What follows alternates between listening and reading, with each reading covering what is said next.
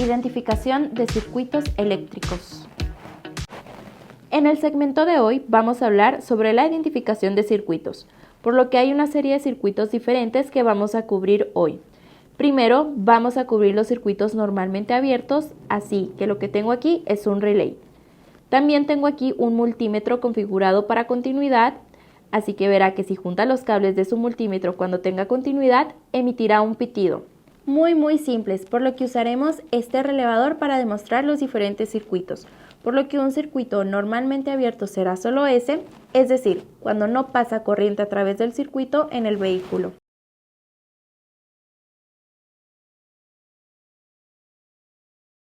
Todo está en reposo, por así decirlo, que el circuito no tiene continuidad, por lo que vamos a probar para ver qué pines en un relevador están normalmente abiertos, lo que significa que obviamente este relevador no está alimentado, por lo que en reposo vemos normalmente abierto, así que verán ese alfiler.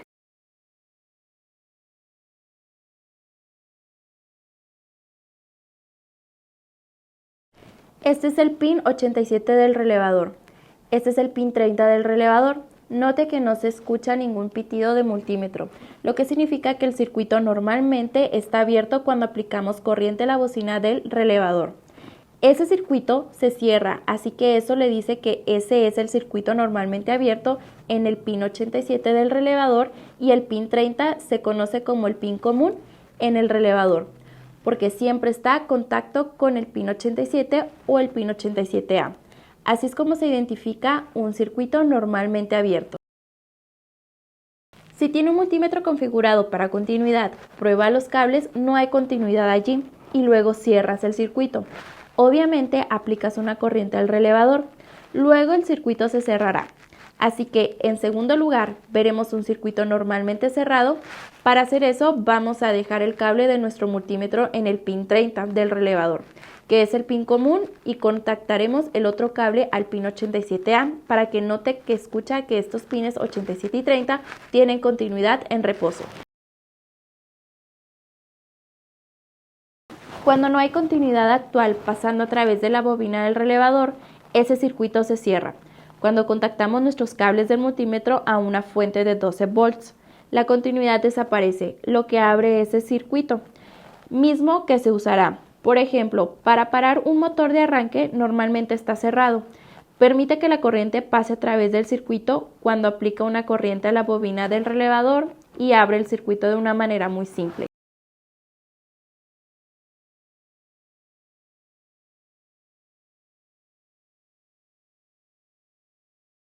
A continuación, identificaremos un circuito positivo para identificar la polaridad. Configuraremos nuestro multímetro en voltaje directo y usaremos estos dos cables, que como hemos visto tienen alimentación y tierra, por lo que si contactamos nuestro cable de tierra al cable negro que proviene de la fuente de alimentación y nuestro cable rojo al cable rojo que proviene también de la fuente de alimentación, obtendrá VEA. Esto muestra un voltaje positivo, por lo que de hecho, si este multímetro está o si este cable está en una fuente de tierra en el vehículo y toca este cable con un cable en el vehículo y le muestra un cable positivo, sepa que este rojo es una fuente constante de 12 volts, pero si cuando muestra un voltaje positivo en el multímetro, sabe que esta es una fuente positiva. Así es como identificaría ese circuito. Lo mismo será cierto si invierte estos. Conecta el negro del multímetro rojo de la fuente de alimentación y el rojo del multímetro al negro de la fuente de alimentación y verá que ahora tenemos un voltaje negativo. Eso le dirá que esto es una fuente de 12 volts, por lo que el cable de tierra está conectado a una fuente de 12 volts y el cable positivo está conectado a una fuente de tierra. Por lo tanto, muestra un voltaje negativo, lo que significa que los electrones fluyen en la dirección opuesta en ese circuito. Así es como determinaría dónde y qué polaridad tiene en el vehículo. Si está buscando una conexión a tierra, hablaremos de una señal negativa. O si está buscando una fuente de conexión a tierra, conectará el cable rojo del medidor a una fuente constante de 12 volts. Y ahora cualquier fuente que toque con el cable negro de su multímetro en el vehículo mostrará un voltaje positivo en el medidor. Ahora sabe que tiene una fuente negativa en el vehículo, por lo que si está buscando un cable a tierra, así es como lo probaría.